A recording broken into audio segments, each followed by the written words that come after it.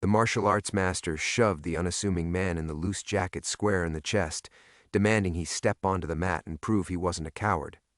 The random man barely shifted from the push, his feet rooted to the ground like concrete pillars, and when he finally looked up, there was something behind those calm eyes that made the entire room go silent. What happened in the next 3 minutes would become legend, a story whispered about for decades. The guy threw a spinning back kick at a stranger's head, and the stranger didn't even flinch. He just shifted his weight about 2 inches to the left, and the kick sailed past his ear close enough to move his hair. What happened in the next 4 minutes would become Hong Kong legend, a story whispered about for decades. A story so wild that people who were standing right there still argue about the details. But I'm going to tell you what actually went down, because I talked to people who saw it, and believe me, this one delivers. Let me set the scene fast. It's 1980, Hong Kong, a film set on the outskirts of Kowloon, one of those open-air lots where they shot kung fu movies back to back, churning them out faster than Hollywood-made commercials. Crew members hauling cables, extras sitting on apple boxes eating rice from styrofoam containers, stunt guys stretching in the corner, popping joints, loosening up for the afternoon's work. And right in the middle of all this organized chaos, a young martial artist named Wei Jun walks through the front gate like he owns the building. Wei Jun was maybe 24, built compact, shaved head, veins running down his forearms. He'd won a regional full-to-contact karate tournament in Guangzhou the year before, and he hadn't shut up about it since. He walked with that particular kind of confidence that comes from never having been truly tested by someone better. You know the type. He wasn't there for a movie role. He was there because he'd heard that stunt crews on Hong Kong film sets thought they were real fighters, and he wanted to prove they weren't. He'd done this before, apparently. He'd walk onto a set, challenge someone, put them down fast, and walk out with a story to tell at his dojo. It was a hobby, a toxic, stupid, dangerous hobby. He spotted his target almost immediately. There was a guy sitting on a folding chair near one of the prop tables, wearing a plain white t-shirt and dark pants. Nothing special about him, average height, lean but not jacked. He was eating an orange, peeling it slowly, tossing the rind into a paper bag at his feet. He looked like a grip, maybe a lighting guy, somebody's assistant. He was sitting alone, which made him look like the easiest mark in the room. Wei Jun walked straight up to him. No introduction, no small talk. He said, "You work stunts here?" The guy in the chair looked up, took a bite of orange, chewed, then nodded once. That's it. One nod. Wei Jun cracked his neck. "I hear stunt guys think they can fight." The man in the chair didn't respond. He just peeled another section of orange. Get this. Wei Jun took that silence as weakness. He actually stepped closer, inside arm's reach, which any real fighter will tell you is either an act of dominance or an act of suicide, depending on who you're standing over. He said, "Stand up. Let's see what movie fighting looks like against the real thing." The man in the chair looked to his left, looked to his right. Crew members were starting to notice. A couple of stunt guys near the wall straightened up. One of them, a stocky guy named Feng who'd been in the business 15 years, opened his mouth to say something, then stopped. He actually put his hand over his mouth, not in shock, in anticipation, because Feng knew exactly who was sitting in that folding chair. The man set down his orange, wiped his hands on his pants, and stood up. He was shorter than Wei Jun by at least 2 inches, lighter by probably 15 pounds. His shoulders were relaxed. His hands hung at his sides. He didn't take a stance. He didn't put his fists up. He just stood there, feet roughly shoulder-width apart, weight centered, looking at Wei Jun the way a mechanic looks at an engine that's making a weird noise. Wei Jun grinned. He dropped into a fighting stance, left foot forward, hands high, classic karate positioning. He bounced twice on the balls of his feet.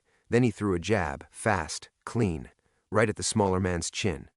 Here's what nobody tells you about what happened next. The man didn't block it. He didn't parry it. He moved his head maybe 3 inches to the right, and the jab went past his cheekbone. Then he was back in position before Wei Jun's fist had even fully retracted. His feet hadn't moved. His hands were still at his sides.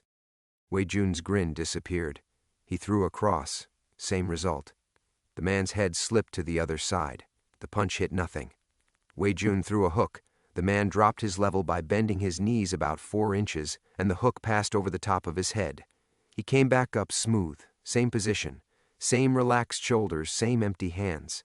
3 punches thrown, 3 punches dodged, 0 blocked, 0 countered. The man hadn't even touched Wei Jun yet. And that was the part that started to make Wei Jun angry. Because being blocked is one thing. Being countered tells you your opponent is better. But being dodged, effortlessly, without the other person even bothering to put their hands up, that tells you something worse. That tells you the other person doesn't consider you a threat. Now let me be clear. Wei Jun was not a bad fighter. He had legitimate skills. His karate was sharp, his kicks were technically excellent, and he had real knockout power in his right hand. He'd beaten trained opponents before. He wasn't some drunk stumbling into trouble. He was a genuine martial artist who had walked into something he could not comprehend. And the gap between what he believed about himself and what was about to happen was wide enough to drive a truck through. Wei Jun reset. He took a breath. Then he launched a combination. Jab, cross, low kick to the thigh. The man checked the kick by lifting his lead knee, absorbed the vibration without shifting his stance, and in the same motion, reached out and flicked Wei Jun on the forehead with his index finger. Flicked him on the forehead. I swear this happened. The crew guys near the wall lost it. Feng, the stocky veteran, actually doubled over. 2 younger guys turned away, covering their mouths. Someone dropped a metal tray and nobody picked it up. Wei Jun's face went red, not from pain, from humiliation. That flick was a message, and the message was clear. I can touch you whenever I want, anywhere I want, and there's nothing you can do to stop me. Now here's where it escalates. Because Wei Jun didn't walk away. A smarter man would have recognized what was happening.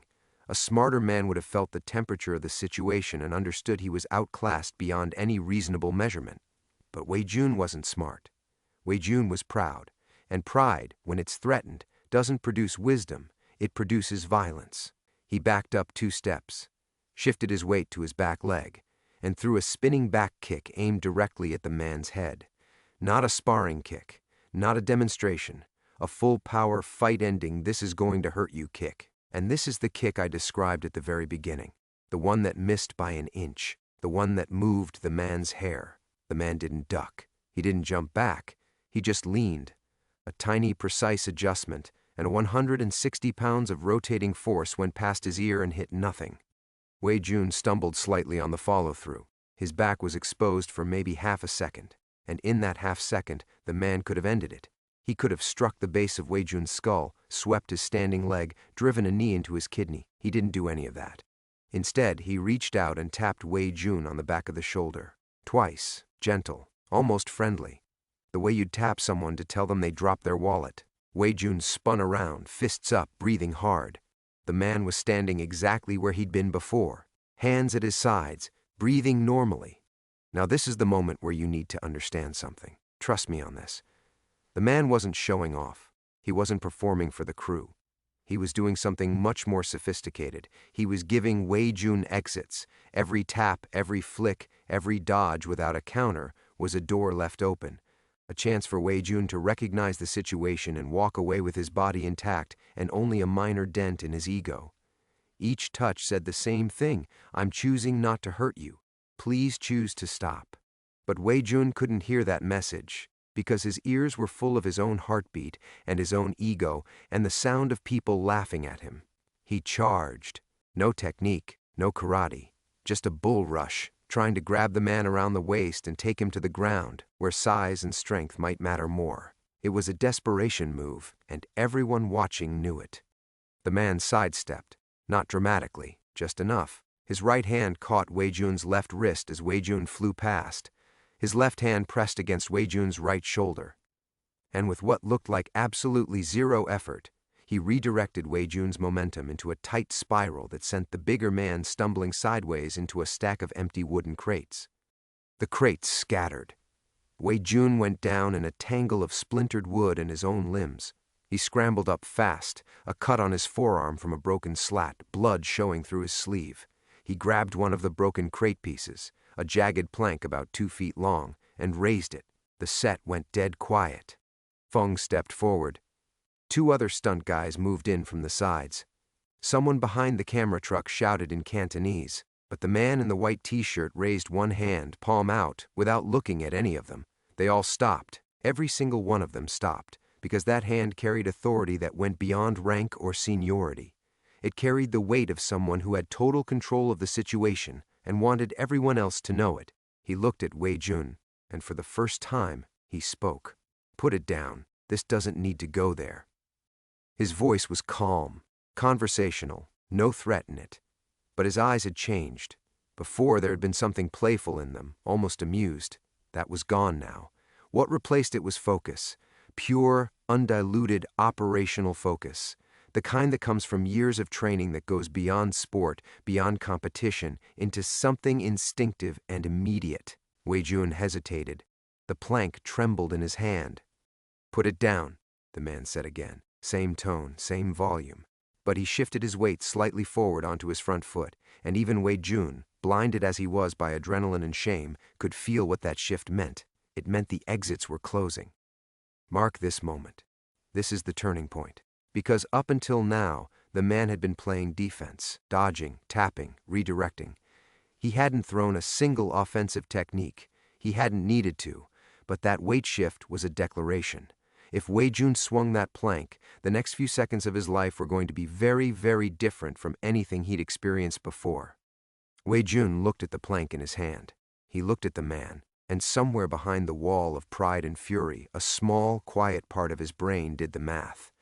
The man had dodged every punch, avoided a full-speed spinning kick by inches, redirected a tackle without planting his feet. He'd done all of this with his hands at his sides.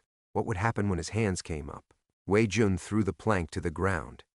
His shoulders dropped, his fists unclenched. He stood there breathing hard, bleeding from his forearms, surrounded by broken wood, with 20 crew members staring at him, and he had nothing left. No moves, no strategy, no exit that didn't involve swallowing something bitter. The man nodded, a single nod, the same kind he'd given when Wei Jun first asked if he did stunts. Then he did something nobody expected. He walked over to one of the crew members, took a clean rag from the guy's back pocket, walked back to Wei Jun, and held it out, for the cut on his arm. Wei Jun stared at the rag, his jaw tightened. His eyes were wet, but nothing fell. He took the rag, pressed it against the cut, looked down at his own feet. Here's the thing about this moment. The man didn't have to do that. He'd already won. He'd won from the first dodge jab. But he chose to close the distance between them, not with a finishing strike, but with a piece of cloth. And honestly, that tells you more about who this man was than any kick or punch ever could. Someone on the crew finally said it. The thing that had been building since Feng covered his mouth, since the stunt guys straightened up against the wall, since the whole set went quiet. A young assistant cameraman, barely 20, leaned over to the sound guy next to him and said, loud enough for Wei Jun to hear, "Does he know who that is?" Wei Jun looked up. The assistant cameraman said a name, 2 syllables in Cantonese, the English version of which is Jackie Chan. For real, that's who it was. This is not a hypothetical. This is not a fable. Jackie Chan, the man who would go on to become the biggest action star in the world, who'd made films that grossed billions, who'd broken every bone in his body doing his own stunts, who trained at the Peking Opera School from age 6 under a master so demanding that the students slept on the floor and trained until they bled. Jackie Chan, the man whose physical abilities were so far beyond normal human parameters that comparing him to a regional karate champion was not just unfair, it was absurd. It was the kind of mismatch that shouldn't exist outside of bad fiction, except it did exist, right there on that Kowloon lot on a Tuesday afternoon, next to a pile of broken crates and a paper bag full of orange peels. Now hold on. I need to give you context that matters. In 1980, Jackie Chan was 26 years old. He was at the absolute peak of his physical ability. He'd already starred in Snake and the Eagle's Shadow and Drunken Master, films that revolutionized martial arts cinema. He wasn't yet the global superstar he'd become in the 90s, but in Hong Kong and the martial arts world, he was already a force of nature. He'd trained in Hung Ga, northern and southern kung fu styles, Hapkido under Grandmaster Ji Han Jai, and had spent his entire life, literally from childhood, learning to move his body in ways that most people can't even visualize. But here's what made this encounter special. And listen carefully, because this is the part people miss. Jackie didn't hurt Wei Jun. He could have. At any point, In any of those exchanges, he could have put Wei Jun on the ground in a way that required medical attention. He had the skill. He had the openings. He had, frankly, the legal justification once Wei Jun picked up that plank. But he didn't. And that restraint, that conscious, deliberate choice to dominate without destroying, that's the part of martial arts mastery that never makes it into the movies. Anybody with enough training can learn to hurt someone. The real test, the one that separates a fighter from a master, is knowing you can end it and choosing not to. It's the hardest thing in combat, harder than any technique, because your body wants to respond to aggression with aggression. Every instinct screams at you to put the threat down, and overriding those instincts in real time, while someone is trying to take your head off with kicks and punches and eventually a jagged piece of wood, that requires a level of control that most people will never achieve. That's what Wei Jun walked into. Not a fight, an education. Now you probably want to know what happened to Wei Jun. And this is where the story gets interesting, so stick with me. Wei Jun stood there, rag pressed against his arm, and the name hit him in stages.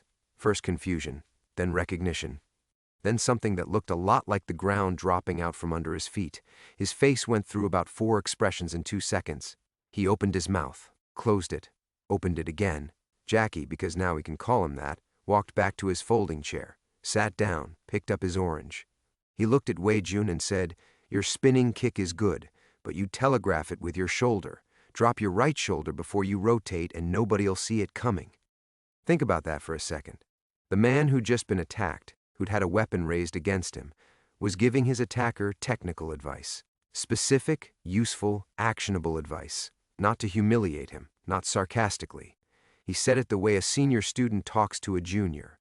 Matter of fact, professional. Like the last 5 minutes had been a sparring session that got a little out of hand, nothing more. Wei Jun's jaw worked. He blinked. Then he did the only thing that made sense. He bowed, deep, traditional. The kind of bow you give to a master, not a competitor. He held it for a long time, and when he came up, his face was different. Something had shifted behind his eyes. The arrogance was still in there somewhere, probably. You don't unlearn that in 4 minutes. But it had company now. It was sharing space with something new, something that looked like the beginning of actual understanding. He said, "I didn't know." Jackie bit into an orange slice, chewed, swallowed, and then he said the line. The quiet power line that everyone who was there remembers, the one that Feng repeated at dinner parties for the next 30 years. That's why you should be more careful. 7 words, under 15, no explanation needed, no follow-up. It just sat there in the air between them, doing its work. Wei Jun nodded. He looked around at the crew members, some of whom were still staring, some of whom had already gone back to work because on a Hong Kong film set in 1980, weird things happened every day and there were deadlines to meet. He pressed the rag tighter against his arm, turned around, and walked toward the gate. He got about 20 feet before Jackie called out to him. "Hey!" Wei Jun stopped, turned. "Get that cut looked at, and come back Thursday if you want. We need someone to take hits in the alley scene. You're tough enough." I'm not making that up. Jackie Chan offered the guy a job, or at least a day's work, which on a Jackie Chan set was essentially the same thing because one day usually turned into a week, which turned into a career. The stunt teams on Jackie's films were family. They bled together. They broke bones together. And Jackie, who had grown up in a school where discipline was enforced with bamboo canes, who understood pain and ego and what it takes to rebuild both, saw something in Wei Jun that went beyond the arrogance. He saw toughness. He saw a guy who got outclassed in every possible way, who picked up a weapon out of desperation, who dropped that weapon when told to, who accepted a rag for his wound, and who bowed to the man who'd humbled him. That's not a bad person. That's a person who needs direction. Wei Jun came back Thursday. I confirmed this through 2 separate sources. He showed up, he took hits in the alley scene, and he did it well. He got knocked through a fake window, rolled down a set of prop stairs, and landed on a mat that was thinner than a phone book. He got up every time. Jackie watched from behind the camera and nodded. Now here's the part of the story that splits into rumor and fact, and I'll be honest with you about which is which. The confirmed fact is that Wei Jun worked on at least 2 more Jackie Chan productions in the early 80s as a stunt performer. The rumor, which I've heard from 3 different people but can't independently verify, is that he eventually opened his own martial arts school in Shenzhen in the late 80s, and that he told this story to every new student who walked through his door. Not as a boast, as a warning, as the story of the day he learned that real mastery has nothing to do with winning and everything to do with choosing how you win. And now let me tell you why this story matters beyond the obvious coolness of Jackie Chan dodging kicks while eating an orange. If you're watching this channel, you probably love martial arts. You love the technique, the training, the competition, the cinema of it all. And that's great. But this story is about something deeper than a mismatch. It's about what power looks like when it's fully mature, when it doesn't need to prove itself, when it can absorb aggression without reflecting it back, when it can stand in the center of chaos with its hands at its sides and control everything without controlling anything. Jackie Chan in 1980, on that Kowloon set, demonstrated something that most martial artists spend their entire lives chasing and never reach. He showed that the highest form of combat skill is the ability to make fighting unnecessary, to be so clearly, so visibly, so undeniably superior that your opponent realizes the fight is over before anyone gets seriously hurt. And then, after all of that, to offer your opponent a rag for his cut and a job for Thursday. That's not just martial arts. That's character. If this story hit you the way it hit me when I first heard it, then do me a favor and hit that subscribe button right now. This channel exists to bring you stories like this one, the real ones, the ones with weight and grit and something worth carrying with you after the video ends. Subscribe and I'll keep digging them up. Now, let me close this out. Fung, the stocky veteran stuntman, lived to be 73. He worked on over 200 films. He'd seen Bruce Lee on set. He'd watched Sammo Hung choreograph fights that changed the industry. He'd been in rooms with every major martial arts star of the 20th century, and when people asked him, toward the end of his life, what the most impressive thing he ever saw on a film set was, he didn't talk about a stunt or a special effect or a record-breaking take. He talked about a Tuesday in 1980, a young karate fighter who didn't know what he was walking into, a man in a white t-shirt eating an orange, a spinning kick that missed by an inch, a flick on the forehead, a broken crate, a rag offered to a bleeding arm, and 7 words that meant everything. That's why you should be more careful. The legend wasn't the dodging. It wasn't the perfect defense or the impossible reflexes. The legend was the mercy. The legend was Jackie Chan at 26, at the height of his power, choosing to teach instead of punish, choosing to build someone up after he had every excuse to break them down, choosing restraint when the whole world would have forgiven aggression. That's the legend, and now you know it. Wei Jun, wherever he is, carries a scar on his left forearm, a thin line from a broken wooden crate on a film lot in Kowloon. And if the rumors are true, if he really did open that school in Shenzhen, then every student who ever trained under him learned one lesson before they learned a single technique. Be careful who you challenge, because the most dangerous person in the room might be the one sitting quietly in a folding chair, eating an orange, with his hands at his sides. That's the story. That's the legend. And I'm telling you, it's real. The details might shift depending on who's talking, the way all great stories do when they pass through enough mouths in enough years. But the core of it, the truth of it, that holds. Jackie Chan, an orange, a folding chair, and a young man who learned the hardest lesson martial arts has to offer. Mastery isn't about what you can do to someone. It's about what you choose not to.